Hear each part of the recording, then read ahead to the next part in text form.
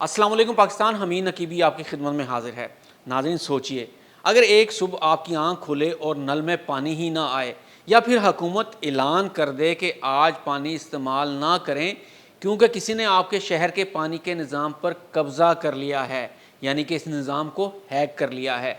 अब ज़रा सोचें, अगर ये हमला किसी बम, मिज़ाइल या ड्रोन से नहीं बल्कि हज़ारों किलोमीटर दूर बैठे एक हैकर ने सिर्फ चंद क्लिक से किया हो, और फिर इससे भी दिलचस्प बात यह है कि इल्ज़ाम ईरान पर आ रहा है कि ईरान ने हज़ारों मील दूर बैठकर अमेरिका के पानी के निज़ाम को हैक कर लिया है।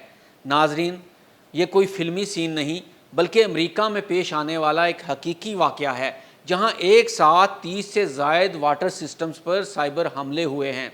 चंद ही दिन बाद FBI ने इंकशाफ किया कि ये हमले सिर्फ एक रियासत तक महदूद नहीं रहे बल्कि 7 मुख्तलिफ रियासतों तक फैल गए। अब सबसे बड़ा सवाल यहाँ पर यह है कि आखिर हैकर्स पानी के निज़ाम में दाखिल कैसे हुए? क्या वो वाकई पानी में जहर मिला सकते थे? अमेरिका को किस मुल्क पर शुबा है? और अगर हमला किसी और मुल्क में हो जाए तो करोड़ों लोग चंद घंटों में पानी से महरूम हो सकते हैं। और सबसे अहम सवाल कि आखिर ईरान, जिसे अमेरिका पसमानदा और गैर तरक्की याफ्ता ममालिक की सफ़ में शामिल करता है, इसने टेक्नोलॉजी में इतनी तरक्की कैसे कर ली है कि इसके इंजीनियर्स ने यह पूरा सिस्टम हज़ारों किलोमीटर से दूर से बैठकर हैक कर लिया।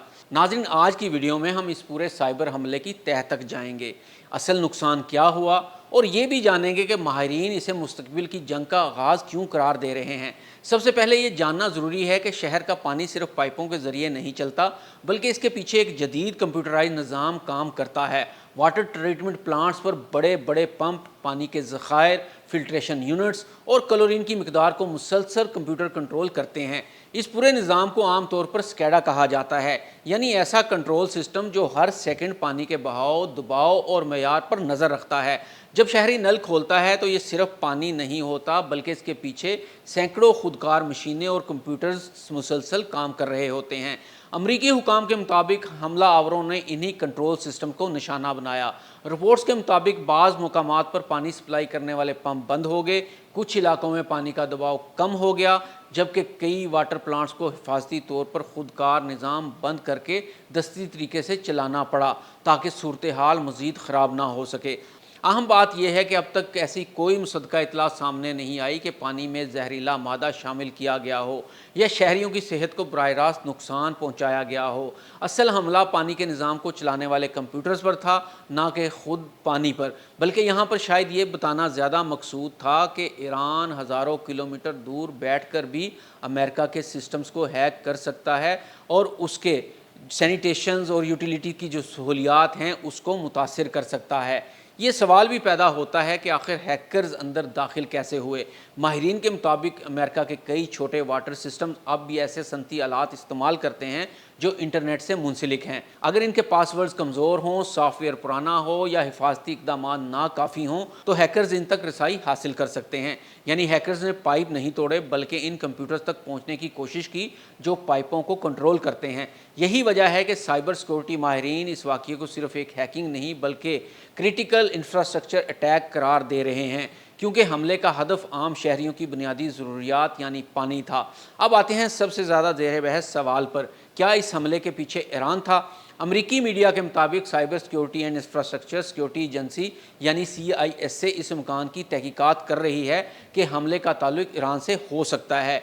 कई साइबर सिक्योरिटी माहिरीन ने भी कहा है कि हमले का अंदाज़ माजी में ईरान से मुंसलिक बाज़ हैकर ग्रुप से मिलता जुलता है। लेकिन यहाँ एक बात बहुत अहम है, अभी तक ना FBI और ना ही अमरीकी हुकूमत ने बाज़ाब्ता तौर पर यह ऐलान किया है कि ईरान ही इस हमले का ज़िम्मेदार है। यानी तहकीकात जारी हैं, शवाहिद इकट्ठे किए जा रहे हैं, लेकिन हतमी नतीजा अभी सामने नहीं आया।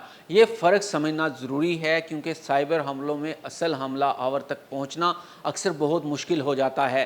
हैकर्स अपनी शनाख्त छुपाने के लिए कई ममालिक के सर्वर इस्तेमाल करते हैं, जाली डिजिटल निशानात छोड़ते हैं और हमले को इस अंदाज से तरतीब देते हैं कि असल ज़िम्मेदार का तयन करने में महीने लग सकते हैं। अब ज़रा सोचिए, अगर हमला आवर सिर्फ चंद पंप बंद करने की बजाय पूरे निज़ाम पर मुकम्मल कंट्रोल हासिल कर लेते तो क्या होता?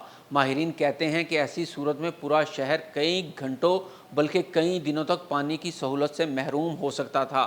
پانی کا دباؤ اتنا کم کیا جا سکتا تھا کہ گھروں، ہسپتالوں اور فائر بریگیڈ تک پانی نہ پہنچے، صنعتی سرگرمیاں رک جاتی، ہنگامی صورتحال پیدا ہو سکتی اور شہری زندگی شدید متاثر ہوتی۔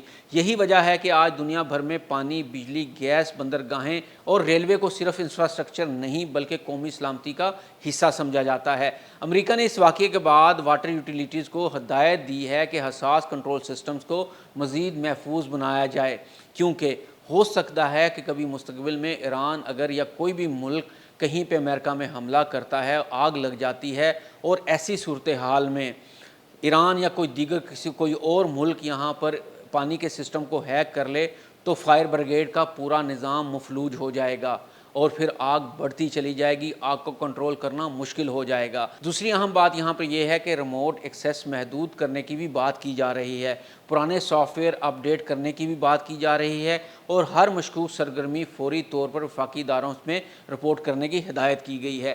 یہ واقعہ صرف امریکہ کے لیے وارننگ نہیں بلکہ پوری دنیا کے لیے ایک پیغام ہے۔ جس ملک کا پانی، بجلی، بینکنگ یا مواصلاتی نظام سائبر حملوں سے محفوظ نہیں، وہ مستقبل کے کسی بھی تنازع میں بغیر ایک گولی چلائے شدید نقصان اٹھا سکتا ہے۔ مینیسوٹا سے شروع ہونے والا یہ واقعہ شاید وقتی طور پر قابو میں آ گیا ہو، لیکن اس نے ایک بہت بڑا سوال چھوڑ دیا ہے۔ اگر آج ہیکرز پانی کے پمپ بند کر سکتے ہیں تو کل وہ بجلی، ٹریفک، ہسپتال یا پورے شہر کے اہم نظاموں کو بھی نشانہ بنا سکتے ہیں۔ شاید اس لیے دنیا کی سیکیورٹی ماہرین مسلسل خبردار کر رہے ہیں کہ 21ویں صدی کی سب سے خطرناک جنگ صرف زمین، سمندر یا فضا میں نہیں بلکہ خاموشی سے کمپیوٹر اسکرینوں کے پیچھے بھی لڑی جا رہی ہوگی، اور اس جنگ کا اگلا ہدف کون ہوگا، اس کا جواب شاید ابھی کسی کے پاس نہیں ہے۔ ناظرین، اگر ویڈیو اچھی لگی ہو تو اسے شیئر ضرور کیجیے گا، لائک کیجیے گا۔ حمید نقیبی کو اجازت دیں، اللہ حافظ۔